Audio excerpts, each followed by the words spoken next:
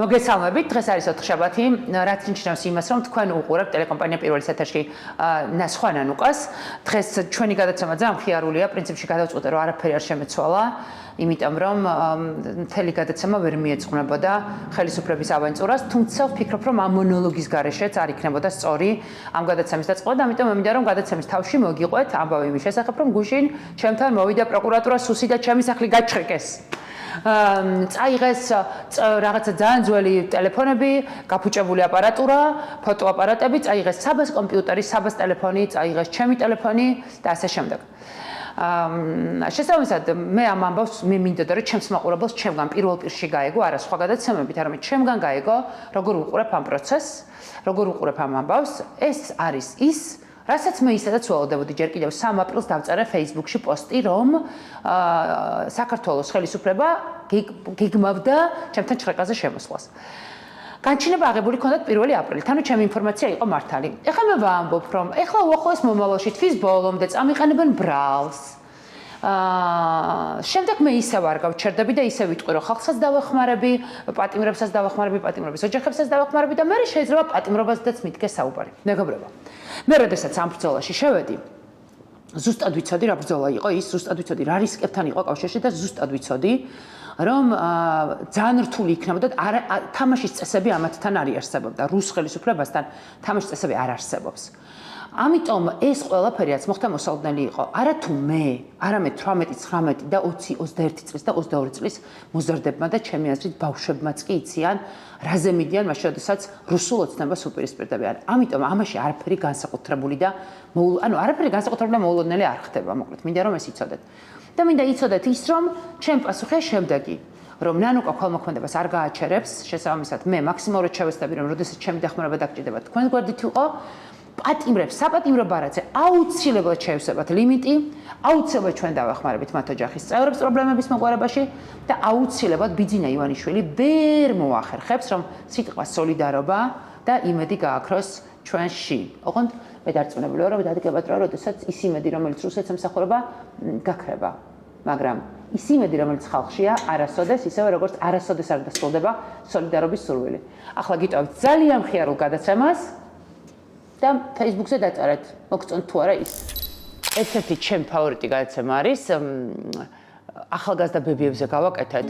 ინგა გრიგოლია შეეძინა-შვილიშვილი, ეკა მიშველაძეს, ლიკა კვარაცხელა ყავდა ჩაწერილი და რაღაცა ისე სხვანაირად დავინახეს გოგოები, რომლებსაც წლებია ვიცნობ სხვადასხვა ჟანრში, მაგრამ რაღაცა მგონია რომ მათ შესახებ ყველაფერი ვიცოდი და მაყურებელს მოეწონა ძალიან ეს გადაცემა, იმიტომ რომ ქონდა საოცარი რეიტინგი და უკავშირი იყო საოცარი Facebook-ზეც ამ თემასთან დაკავშირებით და მე რაღაცა დავაანონსეთ, რომ მოდი გავაკეთოთ. ასევე ახალგაზრდა ბებიები ოღონდ ისეთები, რომლებსაც არ იცნობენ ადამიანები, მაგრამ ქმნიან რაღაცა ძალიან საინტერესო პროფილებს რა, როგორც ბებიები. ამ ქვეყანაში ხო რაღაცა ქართული ბებოსახე შექმნა სესილია თაყაიშვილმა, ოლღა ბებიის სახით, მაგრამ რაღაცა თანამედროვე და ახალგაზრდა ბებიები, რომლებისთვისაც კერპი არის სესილია თაყაიშვილი, მაინც ცდილობენ რომ სხვა ნიშა შექმნან და შესაბამისად ძალიან საინტერესოა. მივდივართ მათთან ბებოებთან, სადაც შვილიშვილების დაგხვდებიან და აუცილებელი არის ის, რომ უნდა ვიყიდოთ საჩუქრები.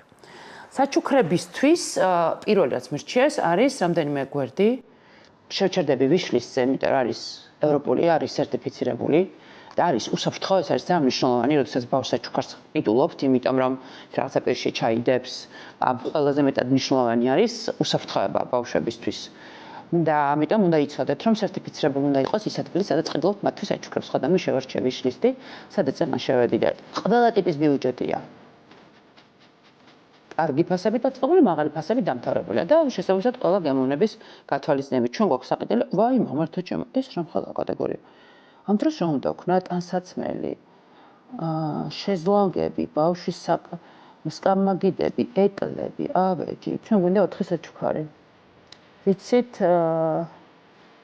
ასაკები, თან მითხრეს, რომ აქ არის ლეგოსა და ბარბის რაღაცა ძალიან დიდი არჩევანი.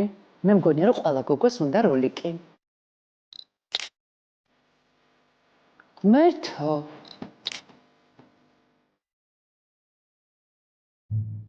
ქოთანი შეხედეთ, თან ცისფერიც არისო.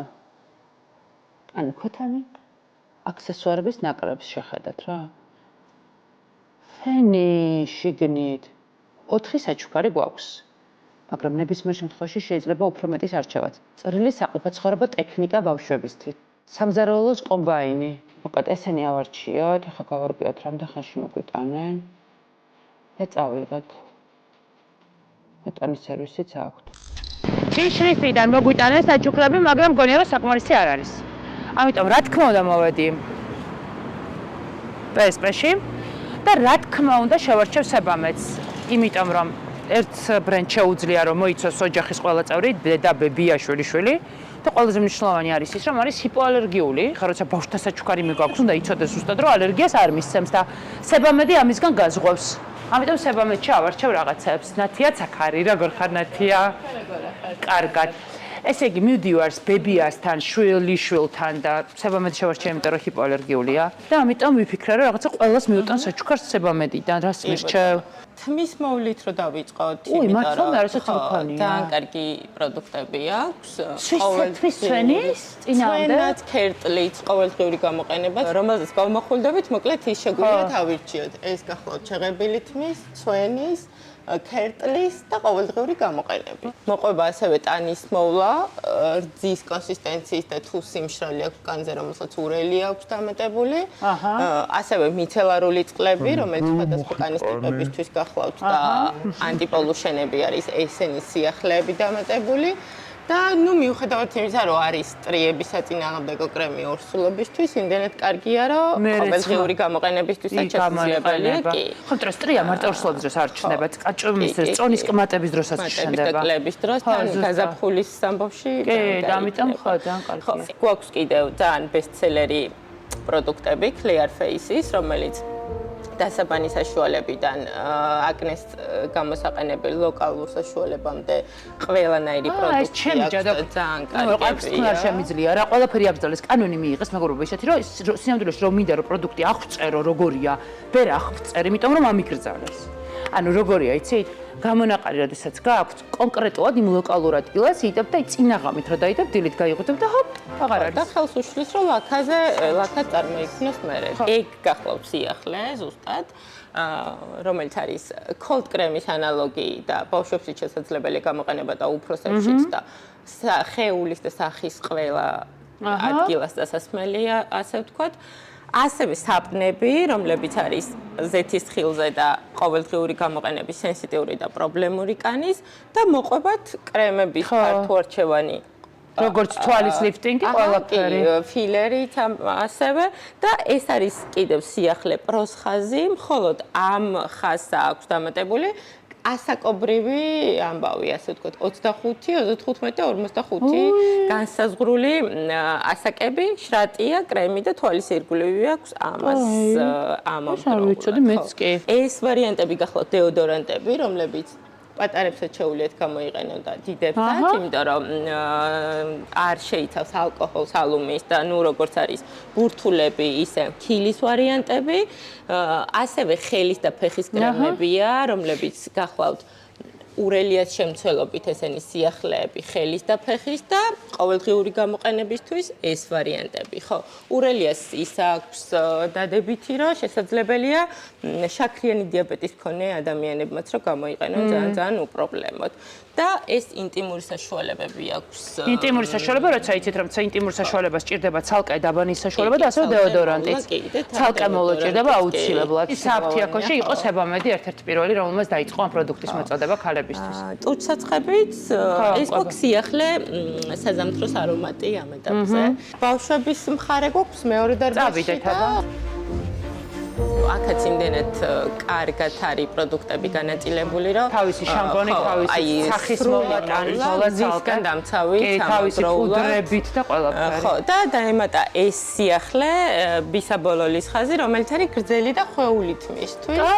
ხო, ეს ვარიანტი და ეს არის კიდე ძალიან რა არის? კაფები, რომელთაც გვირილი კაფები. გვირილა მაპატი, ამიტომ არის ძალიან მნიშვნელოვანი, ის რომ დამამშვიდებელი ეფექტიც აქვს. არის კიდევ ეს პროტექტივის კრემები, რომელიც პანთენოლს შეიცავს და ძალიან აღდგენია, ისე რომ ბავშვებთან ერთად უფროსებისთვისაც გამოყენება ძალიან ზოგადად ხა პანთენოლი ხო ძალიან მოდაშია ყველაფერში. ძალიან დამამშვიდებელია და ეს მზისგან დამცავები თმაზე შეიძლება გამოყენება და ახალშობილობიდან შეიძლება რა თქმა უნდა უბრალოდ იმას განსხვავდება კონსისტენციები ერთმანეთისგან მეტი ხო და სველი ხელსახვეცები აქვს კიდე ეს ძალიან მნიშვნელოვანია რომ წყალზეა დამზადებული აი ეს ვარიანტები და ეს ვარიანტია კიდე ალოეს ეს მწვანე ხაზი ძალიან კარგი.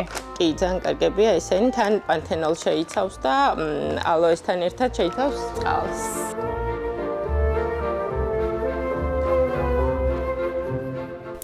თამუნაბებოსთან მივდივართ გიჟდების საჩუქრების ჩუქებაზე.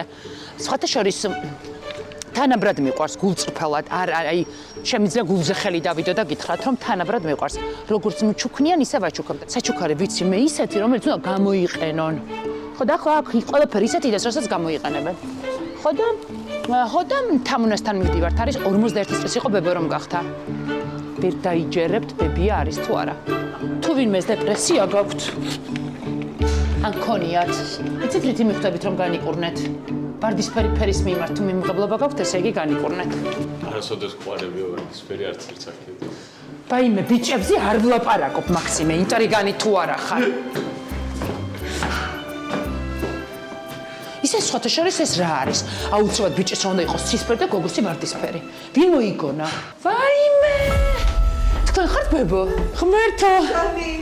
მე მეგონა როგორც ახალგაზრდა გამოვიყურებოდი და ვაიმე შვილო, შენ შვილი ხარ? შენ ხარ დედა? კი, მე ვარ დედა. ღმერთო! გამარჯობათ, კეთილი იყავს ჩემი ფეხი. მოდი, საჩუქარი მოგცე.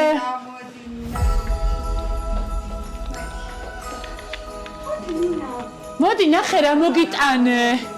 ნახე რა მოგიტანე. ყველა ბავშვს მოწონს ეს წესრით. დიახ. ვაიმე მართლა რა ახალგაზრდაა ბებო? კარგია რა კარგია. გაგჭრათ ყოჩა. ნახე რა მოგიტანე ახლა აგიწყო. მე შეხო გიყვარს ეს რაღაცები მინა. ას ყველა ბავშვს მოწონს ნია რაც მე მოვიტანე. ყოველთვის ისეთი განწყობა მქონდა შენს მიმართ ნანო კარგი. კაი რა. ძალიან აი მართლა ნამდვილად.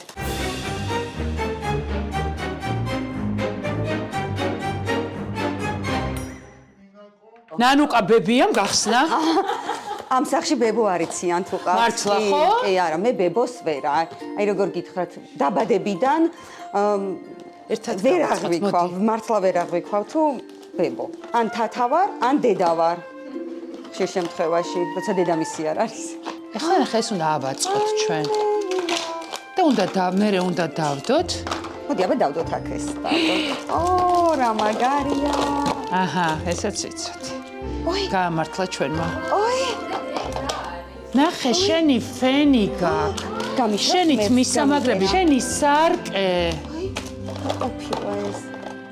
იცი რა არის, მე პირიქით მაქვს. მე მინდა რომ ჩემო შუმა დამიძახოს დედა. დედობაზე როგორ იყავი? მაშინაც სახელი გინდა და რა დაეძახებინა? არა, ესე იგი, კეთი გავაჩინე 20 წლის ასაკში და აი, დღემდე როგორ ვართ, იცი? ვერ ვიგებ, ხშირ მომენტში ის არის დედა ჩემი, ვიდრე მე. ой, მართლა. მესმის, მე და მარიამი ვართ. მეგობრები, აი, ვთქვათ, როგორც ქეთოს ქონდა განცდები, იგივე განცდა მაქვს. მაგრამ ხო იყო რაღაც მომენტები, როცა ხვდებოდი რომ დედა იყავი. არა. აი არ ყოფილა ისეთი რა. ანუ მაგალითად ისეთი რაღაცას გიყვებოდა ისეთ რაღაცას, რომ აი დედა გერთვებოდა და უკვე დედა ყოველთვის მერთვებოდა, ყოველთვის ის ინტუიცია ყოველთვის მქონდა და არასოდეს არ მღალატობს სხვათა შორის. დედური ინტუიცია. კი. შეიძლება და მოწონებოდა ისეთი ბიჭი, რომელიც შენი აზრით საფრთხეს მოუტანდა, ან ყოველთვის ვიცოდი ქეთი ვის ხდებოდა. ვინ იყო? აი, დედა არ ვიყავიო. კი, ამას ვერ ვარყოფ, ნამდვილად და არც ვარყოფ. ყოფილა შემთხვევა, როცა ნაოშნიკის ცალი მემკეთები და ცალი ქეთის. აი ესეც ყოფილა. კონტროლის გზა. არა, კონტროლი არა. თუ ეხა მე ბავშვის გარეშე ხო ხდები არა მე ესმის, მაგრამ ნახეთ როგორ არის ჩვენ დედები ვიმართლებთ თავს ამ არგუმენტებით, თორე სინამდვილეში ეს არის კონტროლის მექანიზმი შვილის. კი, რა თქმა უნდა, ამას საუკეთესო მეუღლე მყავს. იმედიანად რო აიღებ და ჩაბარებ ბავშვს. შეუძლია, კი, საჭმელია, დაბანა, თუ რამე თუნდაც ნინაზეც კი. ნინაზე ბაბუაც ესე გიждდება როგორც? ბაბუ არ იცის რო ეგ არის, იმასაც მამას ეძახის. შენს დედას გეძახ. კი, მე დედა, დედიტო როცა ქეთო არ არის. ბავშვი თქვენთან ცხოვრობს? კი, აქ ცხოვრობს, ახლა ქეთი სწავლობს და ჩვენ წარმოშობით ვართ ხაშურით. აჰა. და ეს 3 წელია გადმოვედით აქეთ და ქეთი სწავლობს და ბავშვი ზუსტად აქ არის. ხო, ამის გამო არის აქეთ. იცი რას დაგემართება მე? ქეთი მითის რომ ბავშვი ვერ დაიბრუნებს. არა, მე ეს გააზრებული მაქვს ბოლომდე რომ დედა ჩემიც ამას ამბობს. არა. ბებია რომელიც თან გოგო შვილიშვილს ელევა, ასეთი მე ჯერ არ არა, შელევით არასოდეს არ შეველევი ნინას, მაგრამ როგორც ამისთვის ერთი ყოველთვის ვიცი. სულ რო ცუდი დედა ყავდეს, ბავშვს უნდა დედის გვერდზე კი, მაგრამ მე იტყვი რომ მე ძალიან კარგი დედა ვარო. ნუ რა ვიცი. დედა როგორ ხდება? თმები დავივარცხნეთ. პირველად აი რო გაიგე რომ ბებია ხდებოდი. კი. აი რა გააზრება გქონდა? სიხარული კეთის მშობიარობაზე აი ძალიან ისე ვიყავი ულამაზესია, მოდი გაგიკეთე. ყველაფერს რასაც ქვია, მაგრამ ნინა რო გაჩნდა, ჩვენთან გამოვიდნენ როგორც ხშირ შემთხვევაში დედებთან რო გადიან, დედებთან. ორი თვე იყო ჩვენთან. მე მაგალითად როდესაც მარიამთან ამ თემაზე ლაპარაკი მქონია, ვხვდები რომ არ ვარ ეხლა იმისთვის მზად რომ პასუხისმგებლობა ვიღო ახალ ადამიანზე. ანუ ამ ბავშვს ხო უნდა რაღაცა მთელი ჩართვა უნდა ჩაერთო უნდა რაღაცაში ხელი შეუწყო და აი ჩემი ცხოვრების ამ ეტაპიდან გამომდინარე ვხვდები რომ დროიდან, ენერგიიდან გამომდინარე აი რაღაცა მგონია რომ ვერ ჩავერთვები ამ პროცესში და თუმცა ხა მე თუ არ ჩავერთვები ეს არაფერს არ ნიშნავს ჩემი შვილი მაინც მიხედავს მაგრამ აი რაღაცა ეს აი ეგეთი გააზრება ქონდა რომ ან ჯერ რაღაცა არ გაქეხა მაგის დრო ან ჯერ შენ აი წარმოვიდი 20 წლის იყავი ან ვერაფერი ვერ მოასწარი შვილი ბავშვილიც წამოგეზარდა მაშინ ძალიან ახალგაზრდა იყო და ცხოვრება 51 წლის ასაკში დავიდა უნდა დაგეწყო და შვილი ანუ სულ სხვაზე ზრუნვა გიწევს რა დღემდე მიწევს სხვაზე ზრუნვა ქეთის ოჯახთან ერთად ცოტა სხვა გეგმები აქვთ და რაღაცა პერიოდი გასვლა უწევთ საქართველოსთან და მე აუცილებლად ვფიქრობ რომ ჩემი თავს ვხედავ ძალიან ან კულინარიაში ან სტილისტი რაღაცა აუცილებლად ეს აუცილებლად ყველა ვარიანტი იმიტომ რომ ძალიან მინდა აქამდეც ვერ გავაკეთე მანამ ნინა გაჩნდებოდა იმიტომ რომ შვილი მესამე შვილი ჩემი 11 წლის არის ნუ ეგარი კიდე მყავს შუათანა 21 წლის ბიჭი და ანუ სულ არა ის სულ შვილს დიდი და შვილები რო გოგონია რო წამოზარდა და მეოთხე შვილიც მოვიდა კი რა თქმა უნდა Trialeps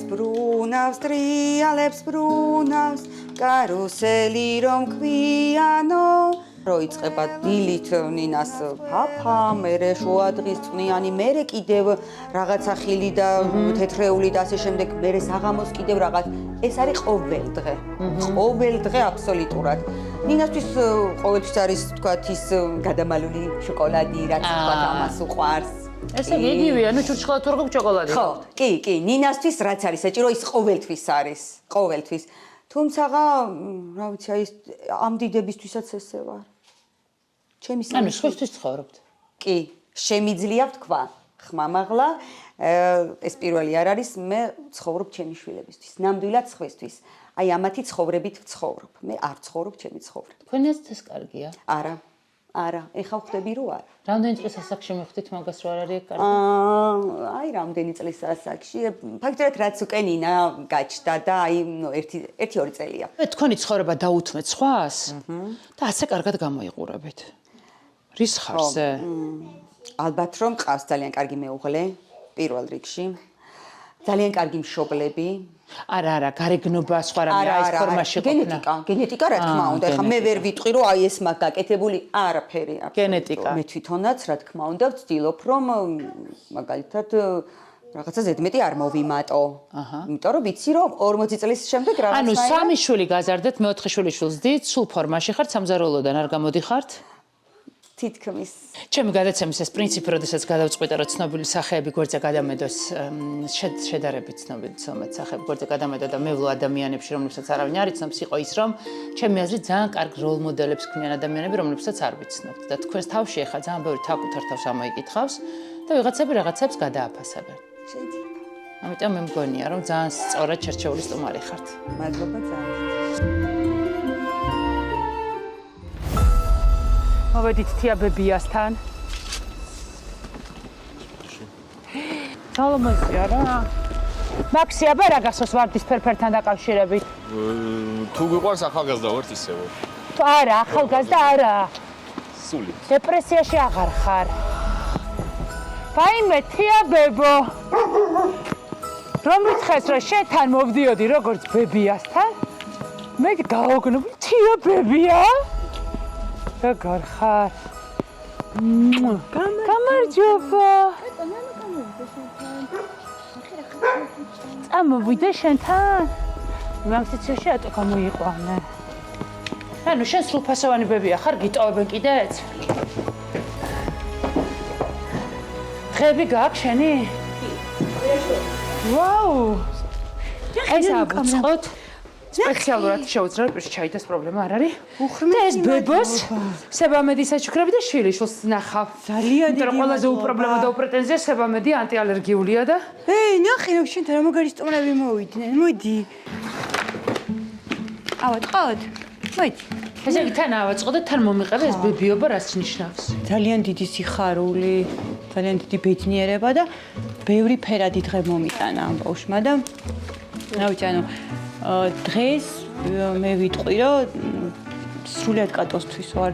ანუ აი კატოზე ვარ ორიენტირებული, ყველაფერი კატოსთვის მინდა, ყველაფერი ანუ როგორ ხდება ხოლმე ესე რომ ყველა ეს ახალგაზრდები ამბობს რომ აი ჩემო შვილიშვილმა შემიცვალა ესე ცხოვრება. აი რაღაცა დიდი ადგილი ქონდა ცარიელი? კი, და შევივსო. კატო შეხედე? ნახე რა მაგარი რაღაცებია. თვალზე უნდა წავისვას. შეხედე ბერზაფოთი ძარი რა მაგარია. გავხსნა?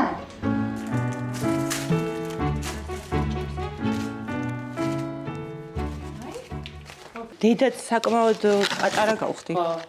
17 წლის ვიყავი დედა და იმდენად ვერ გავაცვიცნობიერე ჩემს ცხოვრებაში რა ეტაპი დაიწყო, რომ ზუსტად ესე მოხდა კატოს დაბადების დროსაც. ანუ ეხაც ვერ გავიაზრე, ანუ ხშირად ქუჩაში დავდივართ, სეირნობთ, გონიათ რომ ჩემი შვილია. კი, ეგონებათ რა შენი შვილი. ანუ დედა.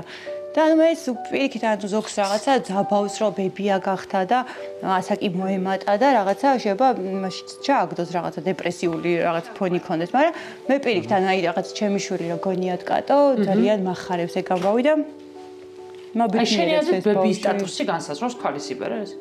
არა. არა, მეც მგონია რომ არა. და რაღაცა შეიცვალა ბებიის ინსტიტუტი რაღაცა ადრე უფრო აი ჩვენ თაობაში ბებიებს ცოტა რაღაცა სხვა ისინი ქონდათ აღებული მზრუნველობა ჩართულები იყვნენ აღდაში გაზდაში და ეხლა რაღაცა გართობა და რაღაცა ამბავი გვაქვს მამამთან დაკავშირებით, იმიტომ რომ საკმაოდ ჩართულები არიან კატოს მშობლები და მე ეს ფუნქცია მაქვს ხოლმე. კატო იყოს ბედნიერი, კატო გავასეირნო, კატოსთვის რაღაცა დღე შევქმნა ისეთი ლამაზი ფერადი და ფიქრობ ხოლმე ცეკვაზე გატარებ, სიმღერაზე გატარებ, მაგრამ მე რო ჩერდები, იმიტომ რომ ეს ჩემი პრეროგატივა არ არის რა. შენი კომფორტის ზონა არის ეს? მგონია რომ კატოს იმდენად კარგად ვიცნობ. ხო.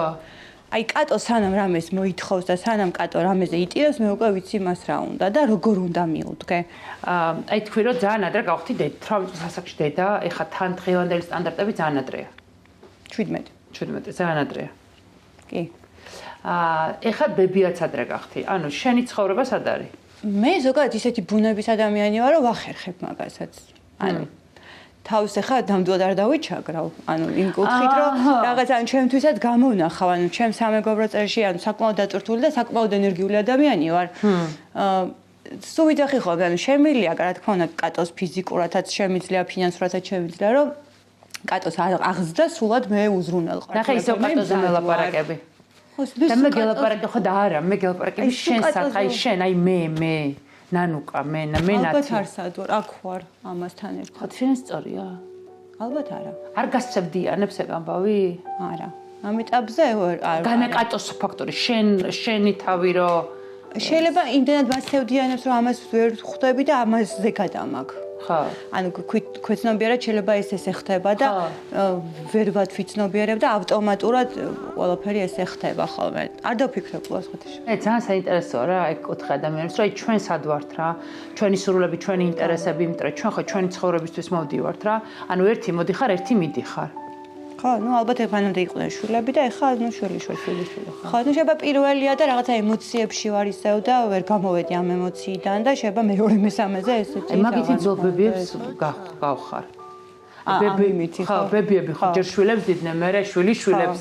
აი და ჩემ ესე იყო, ჯერ ჩვენ დაგვითმო ცხოვრება, მერე მარიამს და ლუკას და საბას და ზურკუზუკას და ეს არის რა. საკუთარი ცხოვრება არ ქონდა თითქოს და რაღაცა თითქოს 21 საუკუნე მოგვიტანა ის, რომ ვიცოდეთ, რომ ეგოისტობა არ არის, რასაც გვეუბნებოდნენ, რომ აი შენ თავზე ფიქრი რომ ეგოისტობა გქონა. კი. ხო იცი, ბებო როსდის შვილიშვილს და თან პირველ გოგოს მერე ვერ ასხვისებს. იცი ეგ ამბავი? ეგეთი ეგოისტური რაღაცა. ეგოისტური არ არის ეს. ეს არის ძალიან მჭიდრო კავშირი ადამიანებს. ხო, აი ხო გეუბნებით, მე მინდა ხოლმე რომ აი რაღაცა ჩემი შვილებთან დაკავშირებით რომ ვიყავი ჩართული, ანუ აქცეკვაზე, ამ ქორეოგრაფთან მეტარებინა, მუსიკაზე, ამ პედაგოგთან და ეს ანუ კატოზეც შევატყე რომ მქონდა ეს ცდილობები, მაგრამ გავჩერდი, იმიტომ რომ ნუ დედა და დედა რასაც გადაწყვეტს ესე იქნება. ძიძა ყავთ? არა. ანუ ყველა ახალგაზრდა წყვილს ვისაც ამ ბოლო დროს ვარ ყო ძიძა არ ყავთ. არ ყავთ, იმიტომ რომ კატო იზრდება საკმაოდ დიდ ოჯახში. საკმაოდ სიყვარული ცავსე ოჯახია. კატოს ბაბუა, პაპა მოძღვარია და ანუ რაღაცა ის სხვა მადლი და სხვა ამბავი ტრიალებს იმ ოჯახში და ბევრნი არის. ანუ მოკლედ კატოს არ ჭირდება ძიძა, იმიტომ რომ ყველას რაღაცა გადანაწილებული აქვს ხოლმე დრო მასთან დაყოფის და ნუ კვირაში 2 დღე მეც ვეხმარები. აი ყველაფერში მე მგავს კვების რაციონში, ანუ ხასიათებში, ქცევებში, ყველაფერში. ისო ეგოიზმიაო და усმენთ ხო როგორ აგზელებს. ქუჩაში რომ ხდება აი სოციალურ ქსელში კატოს მაქსიმალურად ესე იმოშვებით ხოლმე რომ კატო, ჩემი კატო და ყველა იცნობს. ანუ მე ვიწყავს მეგობრებში და რომ ვიცი რომ საერთოდ არ იციან კატოს შესახებ არაფერი და ვაიმე რა საყვარელი კატო ყავთ და რა მაგარი კატო ყავთ და ეს იცით რომ როგორ მობედნიერებს. შენ ხარ კლასიკური ბებია.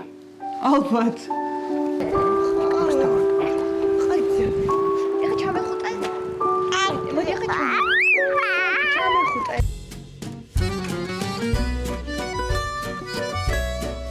ბებოც ამას ქვია. ჩემო საყვარელო გამარჯობათ. ბიჭი? თქვენი მეზობელი ჩვენ ამ კამერებზე ბავშვები ცოტა ისე არიან და დღეს ვაიმე შენ მოგიტანეთ აი ეს საჩუქარი ნახე უნდა აწყო გამომართვი მოდი ჩემო სიყვარულო ავაწყოთ ეს ესე იგი მეორე ბავშვი და ეს ბებიას და ბავშვებსაც ძალიან დიდი მადლობა. შეცება მედი, იმიტომ რომ ანტიალერგიულია და ზუსტად ვიცოდით რომ ძალიან უცხოა. და ამას ინსტაგრამით ყიდით ალბათ, ხო?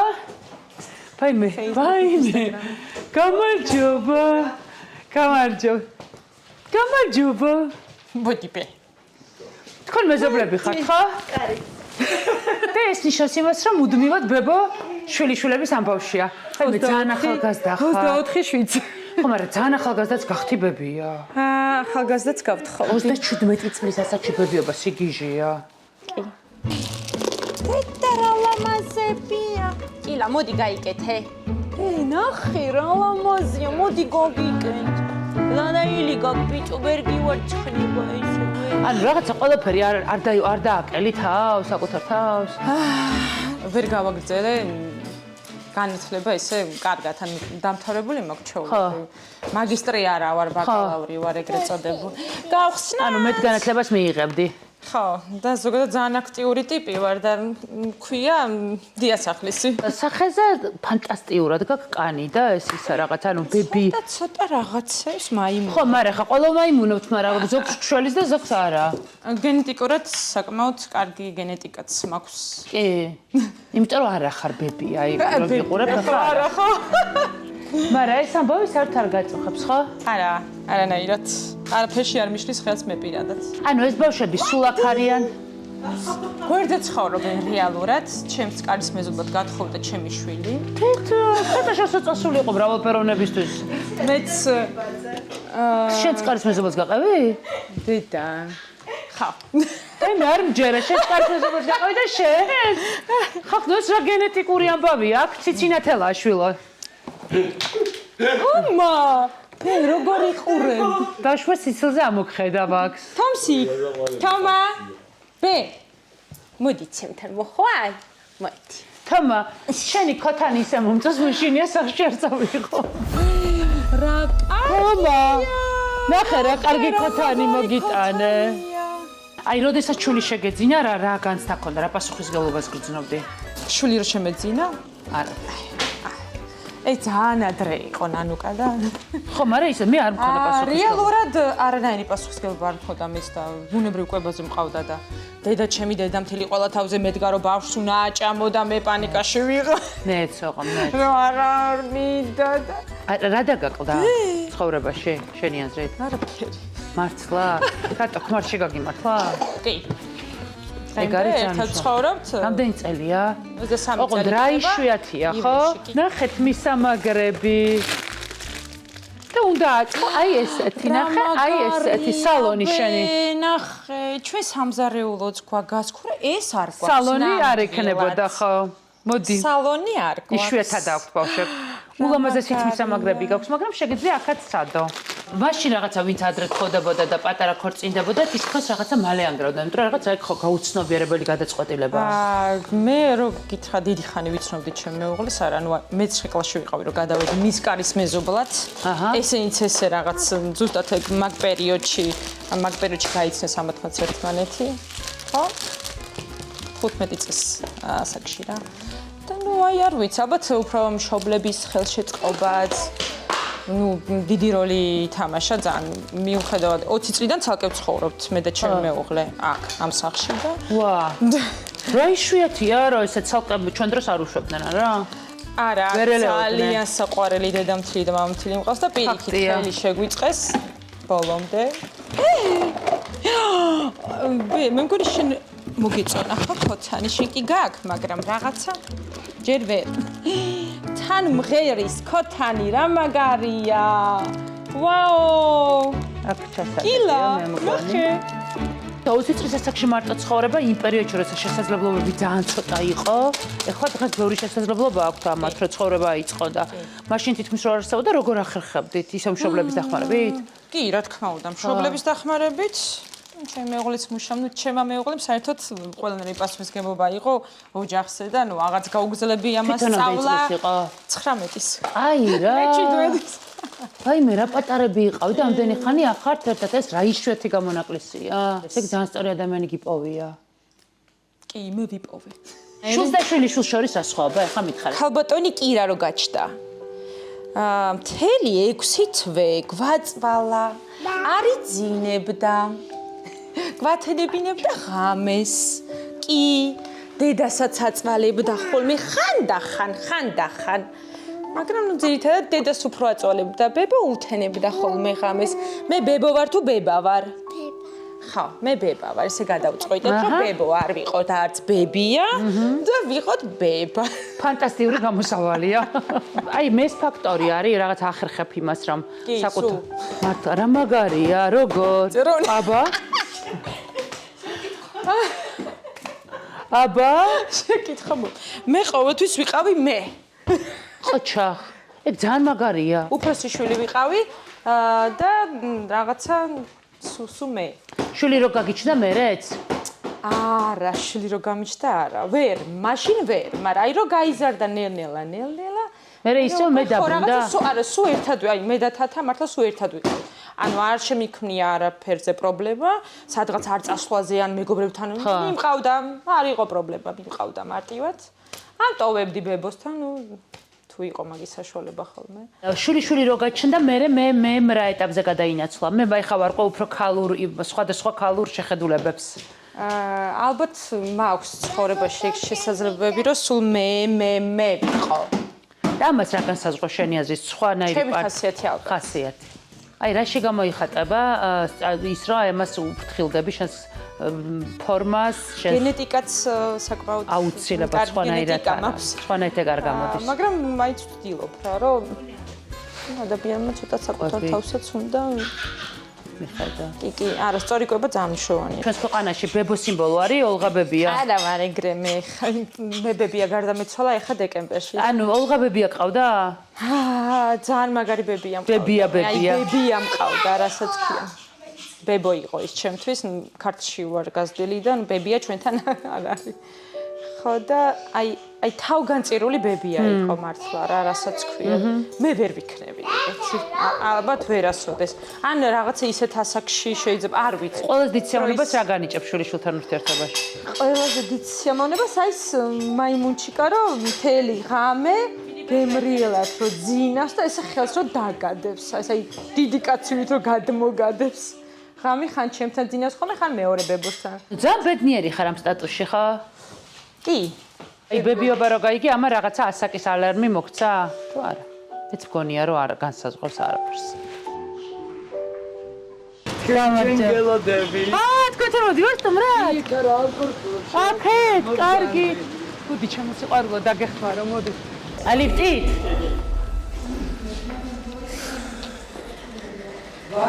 ვაუ! მე ლიფტია. ხუთას პრობლემი. თქვენ მეგებოდნენ ბებია. მიჭერია ზეო. ხომ არა, თქვენ ცხობებია ხართ, თქო დიდი. იმის დედაო, დიდი ბებია. დიდი ბებია ხარ, ჩვილთა შვილი გყავთ. კი, 9-10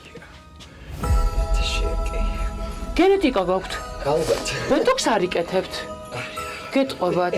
ანუ ეს გენეტიკაა რა. პირდაპირ.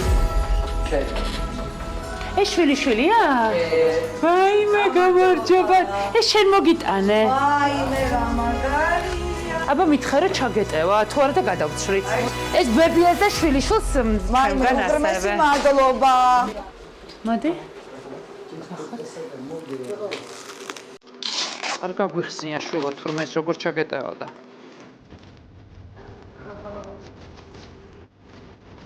გავიხსენოთ ბავშვობა რა. კარგად, შემოსიყვარულო და მადლობა ყველაფრისთვის. აი. კი. აბა როგორ გაქ? კარგად? იცი მაგაზე სიარული? აი, როგორ ჩავი. ცოტა დიდი გიფთენია. კაია? სო, შვენიერი. ეგეც კაია, მაგრამ მე შეიძლება შეგავიარო. You were the one thing in my way. You were the one thing in my way. You were the one thing in my way. მითხარი ბებიობა. როგორი განცდა იყო, მე ძალიან საყვარელი შვილი შვილი. ძალიან ისეთი, რომ ანუ არ განსხვავებული დედობისგან, იმიტომ რომ ჩემი პატარა მესამე 6 წლის სკოლაში მიდიოდა და რატო დაიბადა და ახალი გავლენა. ახლოს იყო ერთმანეთთან ემოციურად. ხო, მაგრამ რაღაცა ამბობენ რომ შვილი კიდე სხვა რაღაცაა რა. ჩემთვის ვერ ვიტყვი რამე. უფრო მეტი მზრუნველობა, იმიტომ რომ პატარა. ხო.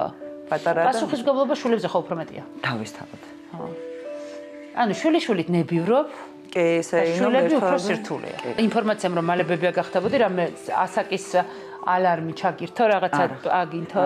აბა რა მოგცა ემოციურად? კიდევ ერთი ოჯახის წევრი, როგორც შვილი.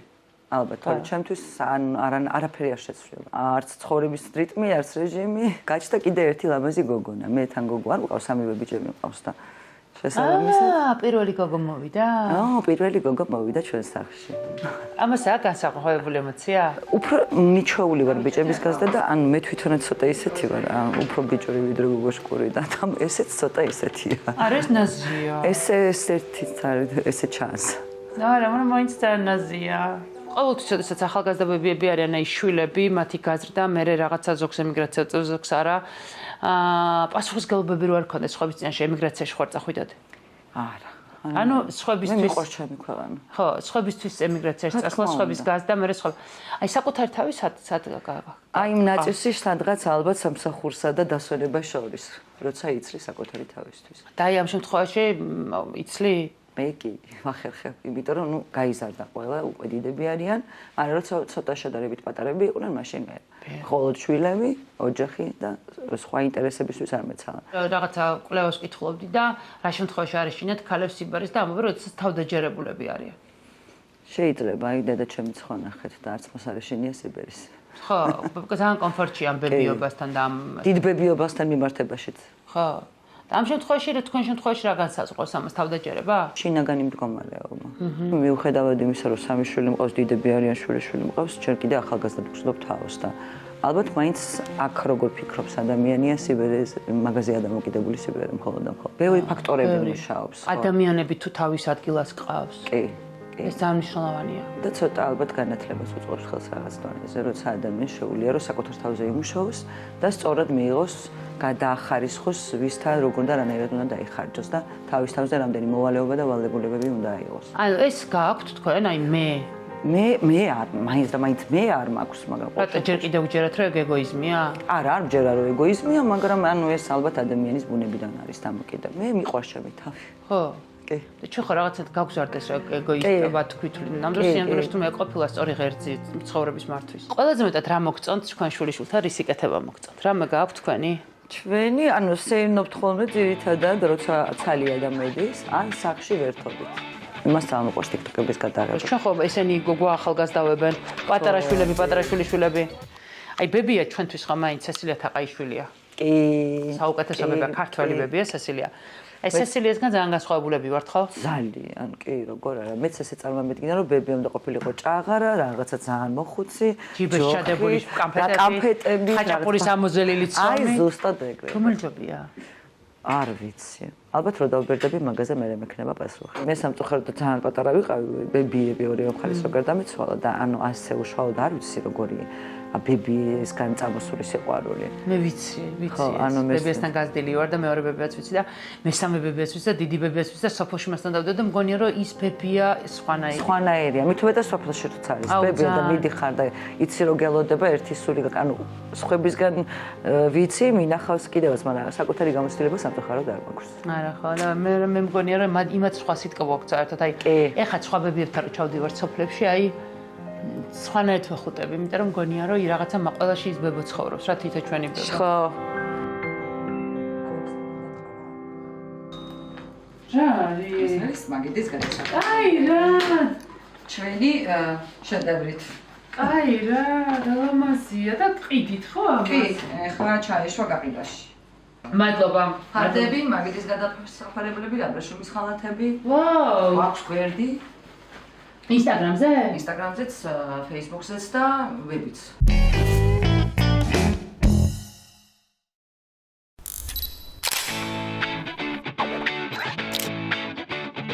დიდი მადლობა რომ ხართ ჩემს სტუმარი. მე ზოგადად ადამიანებს სულ ვაცნობ ნებისმიერ სიახლეს იმასთან დაკავშირებით, იმიტომ რომ წონის პრობლემა ხო იცით როგორ არის, აქტუალურია სულ ყოველთვის და ეს აქტუალობას არ კარგავს.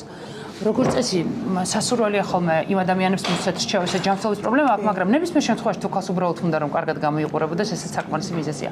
მაგრამ თქვენი ფორმატი არის ძალიან ახალი და უცხო ჩემთვის. იცოდით მანამდე ამ მაგნიტის არსებობის შესახებ? არანაირი ინფორმაცია არ მქონდა, საერთოდ ეს მაგნიტური ანასტომოზი რა იყო. ვიცოდი უბრალოდ რომ ბარიატრიული ოპერაცია, როგორც ხდება, აი კუჭის რეზექცია და რამდენი ქონდათ წონა მაშინ? 106 კილო ვიყავი მე, როცა შემაწუხა უკვე და მივხვდი რომ ასე გაგრძელება არ მინდოდა, თუმცა მე ჯანმრთელობის პრობლემები მქონდა. მაღალი არტერიული წნევა, შაქრიანი დიაბეტი ზღვარზე. პირველი პრობლემა შაქრიანი დიაბეტი. კი, პირველი პრობლემა, სხვათა შორის საკმაოდ მაღალი წნევით მოძრაობდი მე ესე რომ არ მაწუხებდა. ვერ ხვდებოდი, თორე შეწუხებით როგორ მოვა, ვერ ხვდებოდი უბრალოდ. მივედი ბატონ დავითთან, ძალიან აღელვებული, რომ ეს რაღაც გამოსავალი უნდა ვიპოვოთ და მაშინ მითხრა რომ მოდი გავიკეთოთ გამოკვლევები. ვნახოთ კიდე რა ტიპის დარღვევებია შენს ორგანიზმში და მაგის მიხედვით მე შეგირჩევ ინდივიდუალურად რა იქნება შენთვის ყველაზე კარგი ოპტიმალური ვარიანტი.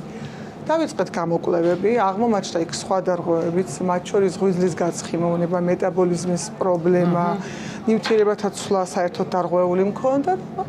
ამ ყველაფერთან ერთად რომ შეაჯამა ბატონმა დავითმა და მივედი უკვე საბოლოო კონსულტაციაზე, იქ გავიგე პირველად ამ მაგნიტური ანასტომოზის შესახებ. და გადაწყვეტილება მიიღეთ რომ ოპერაცია არა და ყოფილიყო ეს. რაც იმ მომენტში დავინახე მე თვითონ იყო უფრო ესე ვთქვათ ახალიც, უფრო ახალის გარდა არ ჭრი რა, უკეთესი, ხო, უკეთესი ვარიანტი იყო ჩემთვის. თან მე რისკები როგორც როცა ამიხსნა კუჭის ვთქვათ რეზექციის დროს რა გართულებები შეიძლება მოყვეს. აქ ფაქტობრივად შანსი არის ნული რომ რამე გართულება მოყვეს. თან ყველაზე კარგი რაც აქვს ამ ოპერაციას ინსულინის დონე ეს მაღალია ავტომატურად გირეგულირებს და გადავწყვეტეთ რა თქმა უნდა იქვე. ჩემი არის მხიარული პაციენტი მე მგონი არ ყოლია ბატონ დავით სიმღერით შევედის ოპერაციო ბლოკში ხო და მას შემდეგ ანუ გარდა იმისა რომ ორ თვეში დაიკელით 16 კილო კი. ანუ რა პროცესები დაიწყო? მე მქონდა ესეთი რა ვიცი რა დავარქვა მას მავნეჩვევა თუ არ ვიცი რა იყო როცა ტკბილეულს ხედავდი თავის შეკარების უნარი არ შემეწა აუცილებლად აი ვერავინ ვერ დამაკავებდა და მე მითხრა რომ ამ ოპერაციის შემდეგ შენ აბსოლუტურად შეგეცვლება გემოვნება მადადა გიქვეითდება და აი რაც შენ გაქვს ეს თავის შეუკა ეს არ დაგჭირა ეს სურვილი არ გექნება რაღაცას შეხედავ რომ არის საკვები რაც მანამდე შეიძლება ძალიან გიყვარდა მაგრამ არ გექნება სურვილი მართლაც აი ფაქტობრივად ოპერაციის მეორე დღეს ავდექი თუ არა აი მეორე დღიდანვე მივხვდი რომ რაღაცა სხვანაირი ძვრები მიდიოდა რა ჩემს ორგანიზმში აი რეაბილიტაცია იცით რა არის რაცა უნდა მარტივი ჩარევა იყოს თქვათ და რაცა უნდა ლაპარასკოპიურად ну მაინც ჩარევა ხო გაქვს ცოტა რაღაცნაირი დისკომფორტი მუცლის არეში თუ ვერ გააკონტროლე ის პირველი დღეები ძალიან მცირედ სჭამდა აი თუ თქვათ ცოტა ზედმეტი მოგვიდა აი რაღაცნაირი გაწუხებს ამას რომ თქვა რომ აი ერთი დღე მაინც აი ჩაწოლილი მდგომარეობაში ვიყავ არ არყავი აბსოლუტურად შრომის უნარიანი როგორც ვარ სხვა დროს რამდენი კილო უნდა დაიკლოთ კიდე ალბათ ერთი რამდენი კიდე 6 თვის 6 თვეს სანამ გავა ოპერაცია ხო სხვა ცხოვრება დაიწყეთ სხვა ცხოვრება დავიწყე როგორ მესმის თქვენ ბოლოს სარკეში რომ ვიხედებოდი მე მეგონა რომ ჩემი თავი ვიღაც სხვა ქალმა შთანთქა და როგორც ქალი თქვენ თავი გააცოცხლეთ 100%-ით გავაცოცხლე მიხარია დილის გათენება ვიცი რომ კიდე ამაზე უფრო კარგად ვიქნები რა ბევრი რაღაცები გადავაფასე სხვანაირად შევხედე მინდა რომ მივაწვდინო ამ ქირურგიული ჩარების შესახებ ბევრ ადამიანს ვისაც აქვს ესეთი ჯანმრთელობის პრობლემები ვინც იტანჯება ის შენი თავი რო აღარ გიხარ მე სარკეში აღარ ვიხედებოდი ნანუკა ბოლო ერთი წელი მე ფაქტობრივად სტუმრად აღარ დავდიოდი არ გავდიოდი არ მსურდა ამას ემატებოდა საზოგადოების რეაქცია უი როგორ მოიმატე უი როგორ გაიფუჭე სხეული და ეგ ძალიან მთრგუნავდა აი ბატონ დავითთან რომ მივედი ვიყავი ალბათ სტრესში და ვეუბნები რომ აი თქვენ მე დამიბრუნეთ ხელმეორე ციცოცხლე ოპერაცია რომ გავიკეთეთ 11 თებერვალს ვამბობ მართლა სერიოზულად ვაცხადებ რომ ნოემბერში კი აღარ გავაკეთებ ალბათ მე დაბადების დღეს გავაკეთებ 11 თებერვალს იმიტომ მე ხელმეორედ გავჩნდი მაგ დღეს ძალიან მაგარია და გისურვებთ ბედნიერებას მოვედით ინოვაში იმიტომ რომ დავით აბულაძე აქ ოპერირებს ძირითადად შეგვიძლია რომ ფეხითაც ავიდეთ არ თუ ლიფტით ავიდეთ რომელი სართულია მეორეა წამოდი ფეხით ხალხნა ახალგაზრდები ხართ ჩემზე ბევრად ანუ ნანულაძე ბევრად ახალგაზრდები ხართ რაღაც კითხვები მაქვს რა ერთია კლების ეფექტი მეორეა გამოცდილება ადამიანის მაგრამ აი მაინტერესებს მაგალითად ეს მაგნიტი მე ორგანიზმიდან როგორ გამოდის მაინტერესებს ასევე რამდენ კილოზეა რეკომენდირებული ანუ იმიტომ რომ ჩემს ირგვლივ ძალიან ბევრს უნდა რაღაცა დახმარება და არ აქვს ძალიან დიდი წონა და ამ ადამიანების ფერს მიშოვან როგორ ხართ ესე იგი ეს რაღაცა ძალიან უცნაური ამბავი გავიგე მაგნიტის შესახებ რას არ მოიფიქრებს 21 საუკუნე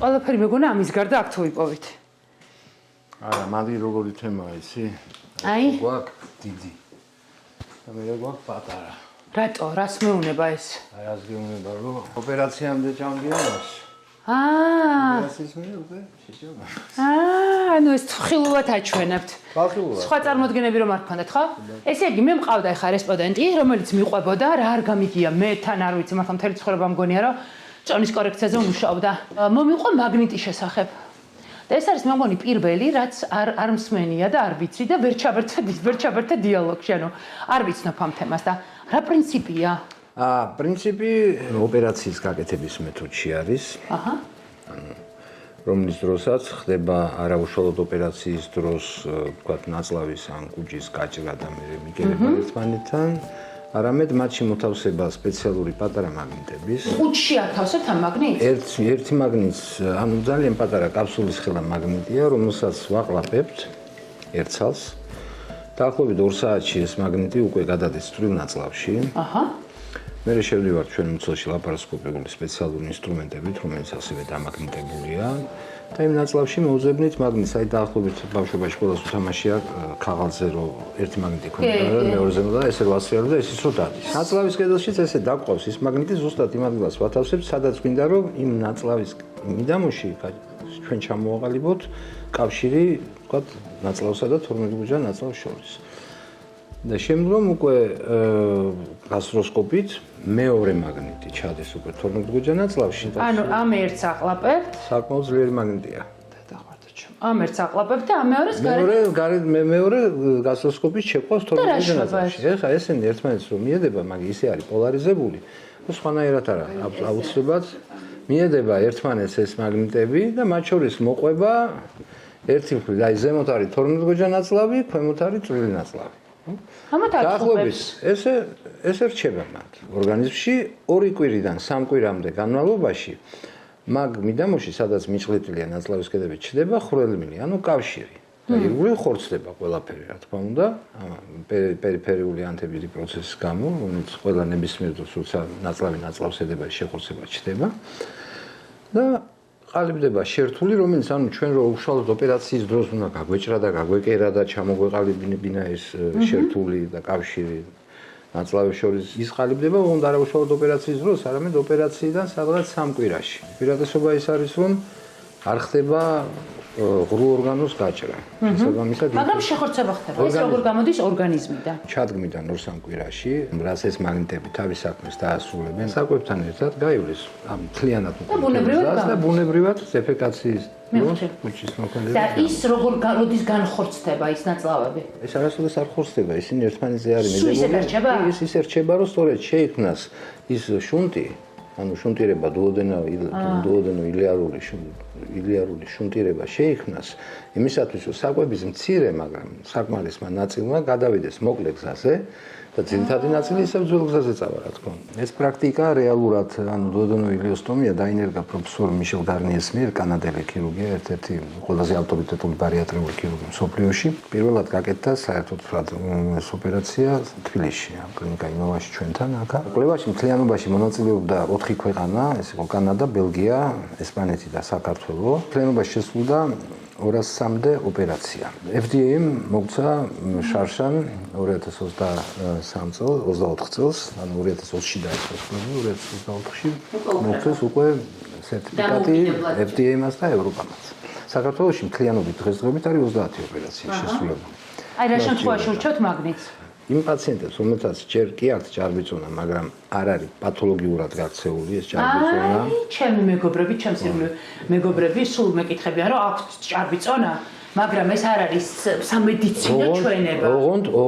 ოღონდ ეს მცირე ჭარბიწონაც უნდა იყოს გამომდინარე არა კვებითი ქცევის დარღვევიდან, არამედ უშუალოდ მეტაბოლური სინდრომიდან. აი, რამდენი კილოთი მეტი შეიძლება ადამიანს ჰქონდეს? აი, სხეულის მასის ინდექსი ანუ 29-დან 35-მდე, რაც არის, ვთქვათ, ესე ვთქვათ, პირველი ტიპის ჭარბწონიანობა შეიძლება ჩაითვალოს, ხო? თუ გვაქვს ჩვენი ინსულინ რეზისტენტობა, აი ჰომა ინდექსები არეულია, ან თუ ჩვენ გვაქვს ხოლესტერინების მკვეთრი არევა, ოღონდ ან ასევე თუნდაც თუ არის უკვე შაქრიანი დიაბეტი, ან რომელიც არის შედარებით აგრესიული ფორმის და ვერ ექვემდებარება კარგად მედიკამენტოზურ და ვთქვათ კურნალობას, აი მაშინ არის სწორედ რომ ჩვენ ისე რომ კალორიას არ ვამცირებთ, მიღებულ კალორიას. დავიგე, აკეთებ. იმიტომ რომ კუჭიჟება და მაგრამ ეს დუოდენო ილიოსტომია ჩვენ გვაძლევს იმას რომ სწორედ ვებრძოლოთ მეტაბოლურ სინდრომს. ძალიან მომატებულია რისკები მამაკაცებში 40-45 წლის ასაკისმიერი ინფარქტების, ინსულტების, სწორედ იმის გამო რომ ხოლესტერინები აქვთ ლიპიდური ცვლა არეული და ხდებიან სასტენტები ერთხელ. აი მაგათთვის არის სწორედ ეს ნაჩვენები ეს ოპერაცია გასაგებია. და მე ვფიქრობ, რომ იმ ადამიანებისთვისაც, რომლებიც რაღაცა ამ ჯანმრთელობის პრობლემის გამო შეიძლება რაღაც 15-20 კილოს ეჭიდავებიან, აი 15 კილოს ეჭიდავებიან, მაგრამ ჯანმრთელობის პრობლემის გამო ვერ ახერხებენ. ეხლა ჩვენ რაც დავაკვირდით, ანუ ყველა პაციენტის სხეულის მასის ინდექსი 28-29-მდე დავიდა. ეს რას ნიშნავს? რეალურად თავიანთი ასაკისთვის და თავიანთი აღნაგობისთვის ოპტიმალურ ზონას მიაღწიეს და გააჩნია რამდენი იყო თავიდან 25 კილოიანი კლებაც იყო 30 კილოიანი კლებაც იყო 5 კილოიანი კლებაც როცა უკვე მესამე ტიპის ჭარბწონიანობასთან გვაქვს როცა 35-ზე მაღალია უკვე მარტო მაგნიტი შეიძლება აღარ იყოს საკმარისი და იქ უკვე დავჭირდეს უკვე სხვა ჩვენი